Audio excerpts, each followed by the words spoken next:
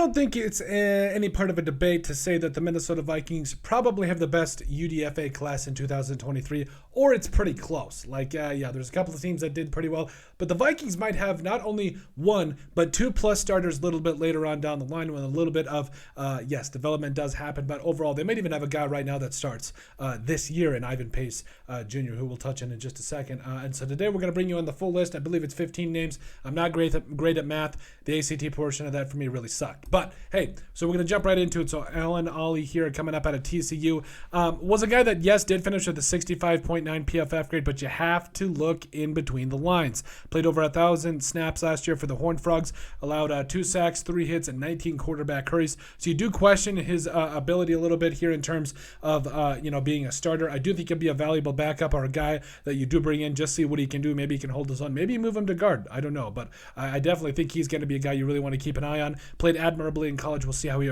does come in and play in the NFL, where everything is bigger. Yes, absolutely. So then Kelvin Avery coming up out of Illinois. Big dude, literally 330. This man is 3 bills at the very least, 330, and I'm really excited to see what he's going to do on the inside for the Minnesota Vikings, especially in training camp moving forward. Last year at Illinois, 23 tackles, 2 tackles for loss, and a 79.6 overall grade, mainly in the running game. That's where he's going to make most of his money. But again, I think he's going to be a guy you really love to see come in, see how he does. Maybe he can develop a little something in the pass rush game as well, just to see what he can get going. And then Abraham Beauplan out of Marshall, 66 tackles, 6.5 tackles for loss, a sack, and an interception. Going to be interesting here because I think that the Vikings will have a lot of inside linebackers competing for that interior spot. That is going to be a lot of fun. So Beauplan going to be a guy you're going to want to keep an eye on. Now the man of the hour, outside linebacker Andre Carter II out of Army.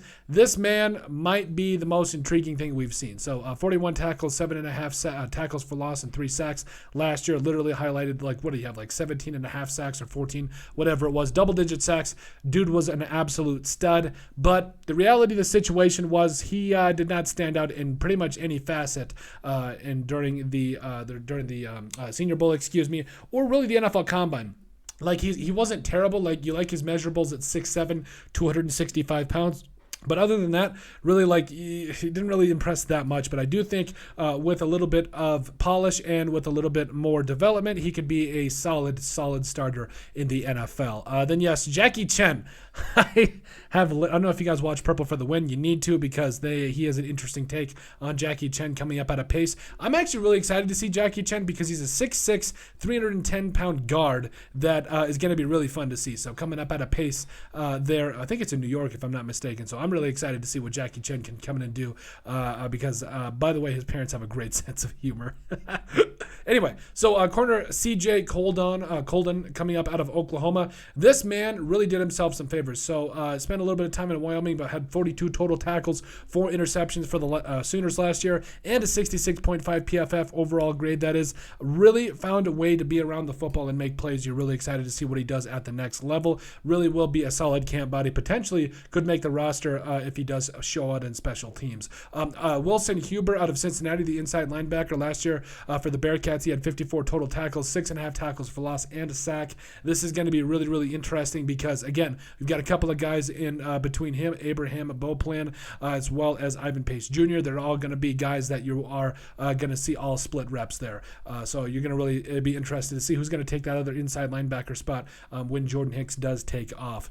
The next player, Cephas Johnson here, the wide receiver / mainly quarterback out of southeastern Louisiana. I really feel like Cephas Johnson is going to be a guy that might shock a lot of people just with his athleticism. So Cephas Johnson, like we touched on, mainly a quarterback last year, so I think that's going to help him out a lot, especially being a receiver, because he's really going to know where the ball is. He's going to be able to do a lot of different things, and I think that was actually South Alabama. I think I got how did I even get that wrong? Anyway, so it's a southern state. Anyway, so last year he had 900 passing yards. He also had 4 touchdowns on the ground, by the way, but 5 total touchdowns and 7 interceptions. So Cephas Johnson going to be a guy at 6'5", 220. He's just a dude. So I think him playing wide receiver in camp is going to be pretty interesting to see, definitely. And then Malik Knowles out of Kansas State. He's just a lot of fun. Malik Knowles, 48 catches for 725 yards and 2 touchdowns. Going to be interesting to see really how I think him and Thayer Thomas were the only two guys at wide receiver that were brought in. We'll see how they fare with a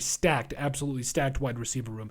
Then the other man of the hour, Ivan Pace Jr. Him and Andre Carter should both be starters when this is all said and done. But Ivan Pace Jr. for the Bearcats, 136 tackles last year, 20 and a half tackles for loss, 9 sacks. Dude is just all over the football field. He should literally be the starter opposite Brian Asamoah this year, no question in my mind. And then Jack Podlesny out of Georgia, 26 of 31 on field goals last year, only missed 1 extra point. So, I mean, that's usually what I think the Vikings and a lot of teams like to do is bring in kicking competition during camp and all that, and then may the best man win. I mean, but Blair Walsh, I mean, dude has got a big leg. I'm not so sure about Podlesny here. So, the tight end Ben Sims coming up out of Baylor, 31 catches, 255 yards, and 3 touchdowns. Again, I think he was mainly used more as a blocking tight end, so to see him actually have some respectable college production, going to be interesting, especially with the rest of this tight end group that is going to be absolutely stacked as well. And then finally, wide receiver Thayer Thomas coming up out of NC State, 57 catches, 642 yards, and 4 touchdowns.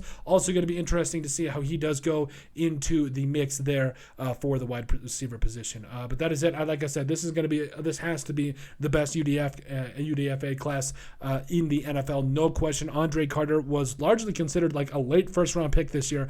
Falls all the way, again, due to combine that was average or below average. Also had a rough time at the Senior Bowl. And then Ivan Pace Jr., he's just a heat-seeking missile. He should have been drafted in the 4th or 5th round. Like, literally, day 3, those rounds, I don't think anybody would have been shocked. So, I think the Vikings got themselves the best UDFA class in the 2023 year. That is, not the draft, but we're really excited to see it. But let us know what you guys think, and make sure you guys like and subscribe down below. Leave a like and a comment. It helps people find the show. We greatly appreciate all of your guys' support and love. You guys are all truly awesome. We love every single one of you. Down in the description below, you'll find all of our social media platforms. So give us a like and a follow there. Also, remember to give us a listen and sub on iTunes. And finally, if you have anything else you'd like us to cover, send us an email at thesportsbp@yahoo.com or put it in the comment section down below, and we would love to cover it. But let us know what you guys think about the Minnesota Vikings having the best UDFA or undrafted free agent class in 2023.